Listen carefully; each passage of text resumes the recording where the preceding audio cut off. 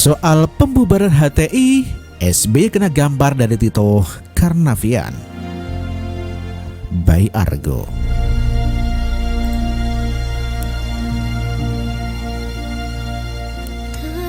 Kapolri Jenderal Tito Karnavian akhirnya ungkap rahasia besar yang selama ini terpendam, bahwa HTI hampir dibubarkan pada tahun 2013, tetapi karena pemerintahan SBY saat itu ragu, akhirnya HTI batal digebuk. Pengakuan ini diungkapkan oleh Kapolri Jenderal Tito Karnavian tanpa tedeng aling-aling lantaran dicecar oleh fraksi Demokrat terkait Perpu Ormas dalam rapat dengar pendapat umum dengan Komisi 3 DPR tanggal 17 Juli 2017. Beni Kaharman, anggota Komisi 3 dari fraksi Demokrat, mengkritik keras keputusan Presiden Jokowi yang dianggapnya semena-mena menerbitkan Perpu Ormas, padahal sudah ada undang-undang yang mengatur tentang Ormas. Menurut Beni Kaharman, Jokowi tidak baca undang-undang tentang Ormas sehingga bikin Perpu yang tidak jelas juntrungnya. Mungkin maunya politisi beragama Katolik dari Manggarai Flores ini NKRI biar dibubarkan HTI dan mengganti Pancasila dengan negara khilafah saja. Barangkali begitu. Presiden bikin Perpu nggak baca undang-undang ini. Nanti yang dituduhkan adalah undang-undang yang nggak jelas. Undang-undang sudah ada kok bikin lagi Perpu. Saya nggak tahu siapa yang beri masukan ke presiden. Demikian ujar Beni Kaharman di hadapan Kapolri di ruang rapat Komisi 3 di gedung DPR Senayan, Jakarta Pusat. Bukannya Tito Karnavian ngeper dengan gertakan dan intimidasi Beni Kaharman secara terselubung, dia malah sekakmat yang telak dari Pak Tito Karnavian. Dengan tegas Tito Karnavian menjawab tudingan Beni Kaharman bahwa langkah Presiden Jokowi harus dipuji karena merupakan langkah yang tegas dan berani.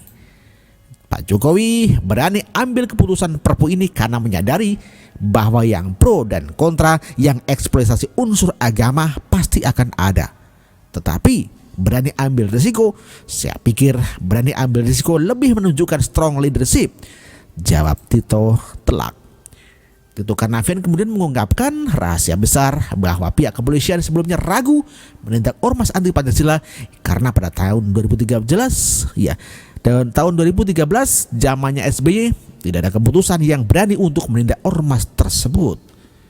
Bahkan Tito Karnavian mengkritik dengan halus kepemimpinan di era SBY yang pada saat itu Hizbut Tahrir Indonesia telah menunjukkan jati diri mereka yang anti Pancasila secara terang-terangan, tapi pihak kepolisian tidak menindak mereka. Kenapa tidak berbuat polisi sebelumnya? Karena leadership. Tahun 2013 HTI sudah melaksanakan kegiatan yang masif sekali dan terbuka. Kenapa didiamkan? Kenapa polisi tidak bertindak saat itu? Tergantung leadership. Demikian ujar Tito sekakmat Beni Kaharman dengan telak. Political leadership, bagaimana posisinya? Kalau atasnya kuat seperti yang dikerjakan oleh Pak Jokowi, ya kami kencang juga. Lanjut Tito Karnavian tanpa tedeng aling-aling, terbuka apa adanya. Keraguan-raguan pemerintahan SBY saat menindak HTI di tahun 2013 secara otomatis membuat polisi ragu-ragu. Seperti kata Pak Tito, kalaupun pemimpinnya tegas, polisi juga akan kencang menindak mereka. Tahun 2013, dengan segala hormat saya menangkap, mungkin saya salah, ada keraguan-raguan untuk terjadinya backfire atau pukulan balik sehingga mereka besar seperti sekarang. Jangan sampai kita too late untuk mengambil risiko, tegas Tito Karnavian. Pemerintahan SBY yang cari aman dan mau selamat sendiri selama 10 tahun lamanya bikin pemerintahan sekarang yang cuci piring kotor bekas mereka. Sekarang semuanya akhirnya dengan sendirinya terbuka ke permukaan. Ternyata kepemimpinan SBY selama 10 tahun banyak sekali meninggalkan masalah. Mulai daripada kasus korupsi ecek-ecek sampai mega korupsi, peninggalan proyek-proyek mangkrak sampai pembiaran ormas-ormas radikal dan intoleran yang terus merajalela tanpa berani menindak mereka. HTI, FPI, FUI dan ormas-ormas radikal lainnya semakin besar kepala. Saya ingat dulu Munarman dengan beraninya ancam akan lengserkan SBY jika berani coba-coba membubarkan FPI. Di era Pak D. Jokowi, mereka tidak berkutik kayaknya macan ompong, bahkan sampai kabur ke Arab segala saking takutnya. Semua juga sudah tahu kedekilan ormas-ormas anti Pancasila yang bercita-cita dan harus berjuang ingin membubarkan NKRI dan menjadikan negara tercinta ini sebagai negara khilafah. Ini sudah dikritik keras oleh politisi Nasdem Victor Laiskudet dan Buya Syafi'i. Sekarang kritik keras oleh Bung Victor baru Gerindra mengaku dengan malu-malu bahwa alasan mereka menolak Perpu akan karena anti Pancasila, bukan karena anti Pancasila tapi karena alasan politis belaka. Ya, begitu pula tamparan keras dari Buya Syafi'i dengan dialog lintas agama Asian Youth Day ke-7 yang dihadiri oleh uskup-uskup di kawasan Asia. Buya mengungkapkan bahwa penyebab Indonesia menjadi salah satu negara tempat tumbuhnya subur intoleransi, terorisme, dan radikalisme karena masuknya ideologi impor yang misguided Arabism atau Arabisme sesat.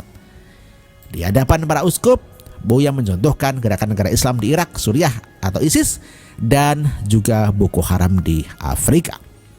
Menurut Buya, sebagian kecil muslim Indonesia terpengaruh dengan gerakan ideologi impor sesat itu karena meyakini bahwa Arabisme adalah bagian dari Islam.